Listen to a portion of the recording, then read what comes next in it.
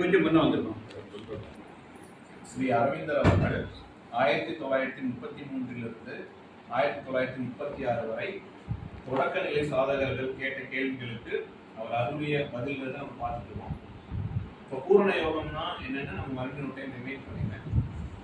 ஒரே சமயத்தில் வடிவங்களாகவும் வடிவங்களற்றதாகவும் எல்லையுள்ளதாகவும் எல்லையற்றதாகவும் ஒன்றாகவும் பலவாகவும் உள்ள பரம்பொருளை தெய்வங்களில் மட்டுமின்றி மனிதனிலும் குழுவிலும் மண்கட்டியிலும் உள்ளூர உணர்ந்து அவற்றை இயக்கி வரும் பரபிரம்மத்தை சரணடைதலே அல்லது அதனோடு ஐக்கியமாதலே பூரண யோகம். இப்ப நம்ம இந்த பூரண யோகத்துல 3வது டாபிக் நம்ம பார்க்க போறோம். அந்த டாபிக்கோடைய நேம் ஆர்வம். அது மொத்தம் 24 கொஸ்டின்ஸ் இருக்குங்க. அதுல நம்ம ஃபர்ஸ்ட் 8 கொஸ்டின்ஸ்க்கு பார்க்கலாம். ஃபர்ஸ்ட் கேள்வி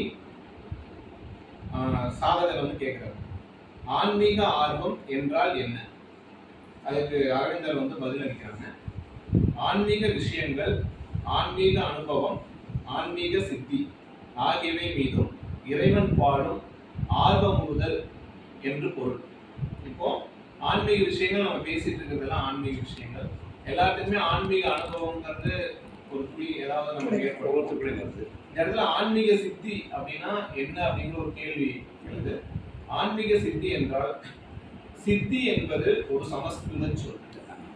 அதற்கு நிறைவு, அடைவு, திறன் என்று பொருள். ஆன்மீக சித்தி என்பது ஒருவர் ஆன்மீக பயிற்சி, தியானம், யோகம், பக்தி, சுய விசாரணை போன்றவற்றின் மூலம் உள்ளார்ந்த விழிப்புணர்விலும் மன அமைதியிலும் உயர்ந்த நிலையை அடைவது என்பது பொதுவாக கூறப்படுகிறது. இதை வெறும் அமானுஷ்ய சக்தி என்று மட்டும் புரிந்து கொள்ளக்கூடாது. ஆன்மீக சித்தியின் முக்கிய அறிகுறிகள் மனம் அதிகமாக அமைதியாக இருப்பது, கோபம், பயம், பொறாமை போன்றவை குறைவது, ஆசைகளின் மீது கட்டுப்பாடு ஏற்படுவது, பிற உயிர்களிடம் கருணை அதிகரிப்பது, நான் என்ற அகந்தை படிப்படியாக குறைவது, எந்த சூழ்நிலையிலும் மனதை சமநிலையில் வைத்துக் கொள்ள முடிவது, உள்ளுணர்வு மற்றும் விழிப்புணர்வு வளர்வது, இறையுணர்வு அல்லது பரம்பொருள் பற்றிய ஆழமான அனுபவம் ஏற்படுவது. சித்தி என்றால் அமானுஷ்ய சக்திகளா அப்படின்னு ஒரு கேள்வி.